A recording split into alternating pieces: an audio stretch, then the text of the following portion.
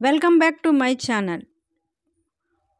ఎవరు రాశారో కానీ కొన్ని అద్భుతమైన మాటలు, మనకి మోటివేషనల్గా అనిపించే మాటలు, మన జీవితంలో మనకి ఎవ్వరు ఎలాంటి సహాయం చేయటం లేదు, అందరూ అవసరానికి మనల్ని వాడుకుంటూ ఉన్నారు అన్న ఫీలింగ్లో ఉన్న వాళ్ళకి ఈ మాటలు ఎంతో బూస్టప్నిస్తాయి. అలాంటి మాటలు ఈరోజు నాలాంటి మహిళల కోసం. మన జీవితం కురుక్షేత్రం లాంటిదే అయినప్పటికీ కూడా మంచి చెప్పడానికి ఇక్కడ శ్రీకృష్ణుడు లాంటి వారు లేరు. ఎందుకంటే మనం పాండవులం కాదు, వందల కొద్ది కౌరవ గుంపుల వారసులం.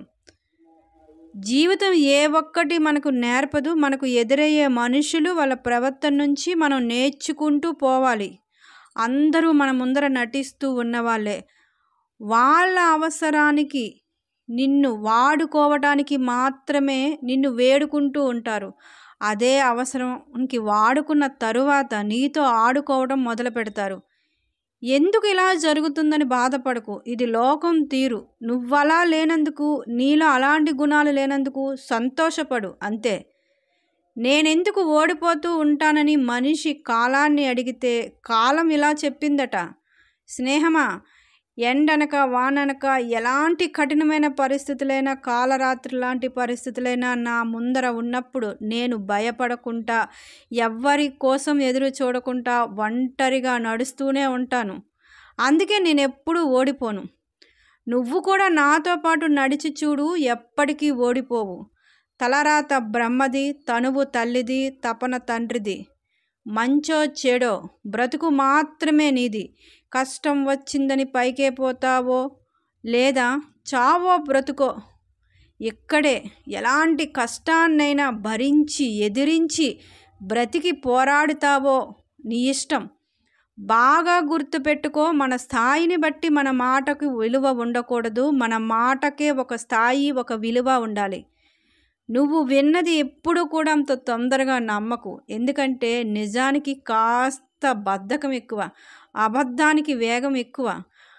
అవసరం ఉన్నప్పుడు మాత్రమే నిన్ను పలకరిస్తున్నారనో, నీ దగ్గరికి వస్తున్నారనో, నిన్ను తెగ వాడేసుకుంటున్నారేమోనని బాధపడిపోకు. ఎందుకంటే వారు చీకట్లో ఉన్నప్పుడు ఒక వెలుగులా నువ్వు గుర్తొస్తున్నావని సంతోషపడు, అంతకు మించి ఆనందపడు. అడవికి పోయిన రాముడు రాజే, జోదం ఓడిన విభూషణుడు రాజే. వ్యక్తిత్వం ఉన్నోడికి గెలుపుతో సంబంధం ఉండదు, రాజ్యంతో అంతకన్నా పని ఉండదు. ఉన్నంతకాలం ఒంటరిగా బ్రతికిన రాజు రాజే. 1000 గోవుల మందలో ఉన్న ఓ దూడ ఖచ్చితంగా తల్లిని వెతుక్కుంటూ తన దగ్గరకు ఎలా అయితే వెళ్ళగలుగుతుందో, నువ్వు చేసిన కర్మల పాపం చెడు ఏదైనప్పటికీ కూడా మంచి చెడుల రూపంలో నీ దగ్గరికి వెతుక్కుంటూ వచ్చేస్తుంది. నీలో మంచితనం మరీ ఎక్కువైపోతే నీ వాళ్ళే నీకు శత్రువులు అయిపోతారు. ఒక రాజు ఒక సన్యాసికి ఒక బంగారు కత్తిని బహుమతిగా ఇస్తాను అని అంటే, ఆ సన్యాసి తనకి కత్తెరకు బదులు ఒక సూదిని బహుమతిగా ఇవ్వమని కోరాడట. అలా రాజు నుంచి సన్యాసి సూదిని తీసుకుంటూ, కత్తెర ఎందుకు వద్దన్నానంటే రాజా, సూదికి కలిపే స్వభావం ఉంది. ఈ రోజుల్లో మనుషులకి కావలసింది కత్తెర కాదు, సూది అన్నాడట. జీవితం అంటేనే మార్పు మిత్రమా. ఏ 2 రోజులు ఒకేలా ఉండవు. మార్పుని అంగీకరించి మొండిగా తెలివిగా ముందుకి పోవడం తప్ప ఆగి చూస్తే శూన్యమే మిగులుతుంది. ఏళ్ల తరబడి నీళ్ళలో ఉన్నంత మాత్రాన రాయి మెత్తబడిపోదు.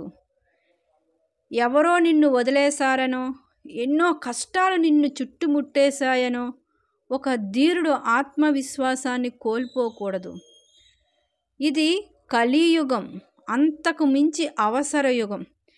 ఎప్పటి వరకు నువ్వు ఎదుటి వాళ్ళకి నచ్చినట్లు బ్రతుకుతావో అప్పటి వరకు నువ్వు చాలా మంచోడివి, ధర్మరాజువి, మహాప్రభువి.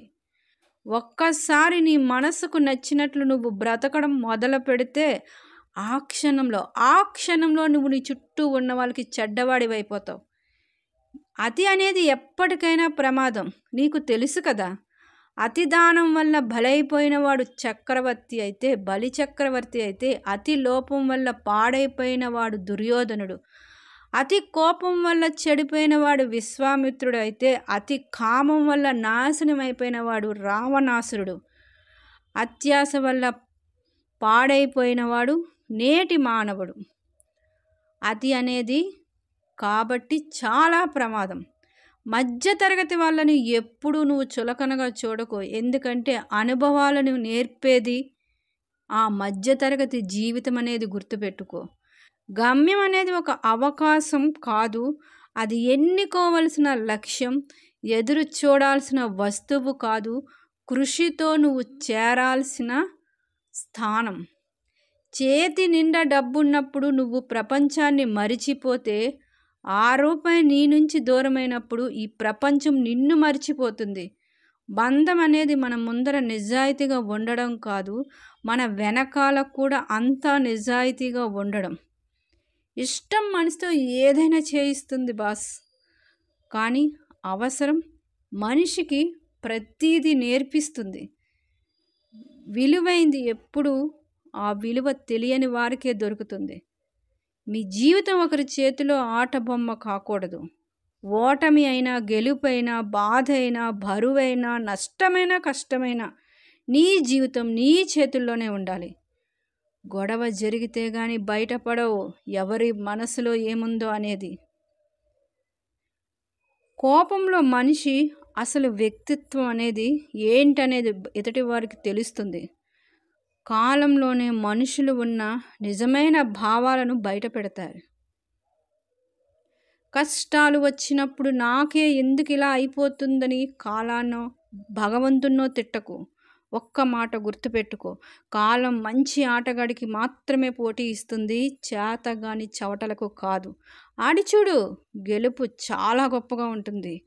ఇష్టం లేకున్నా ఇష్టం ఉన్నట్లు ఎవ్వరితోని నటించుకు మిత్రమా. ఎందుకంటే నీది కేవలం నటనే కావచ్చు, కానీ ఎదుటివారికి అది జీవితం.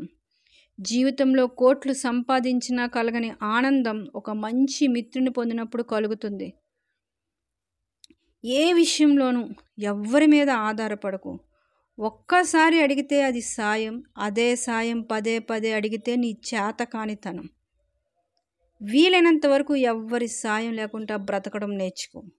అప్పుడే నీ మీద నీకు నమ్మకం కలుగుతుంది, నీ మీద ఇతరులకు గౌరవం పెరుగుతుంది.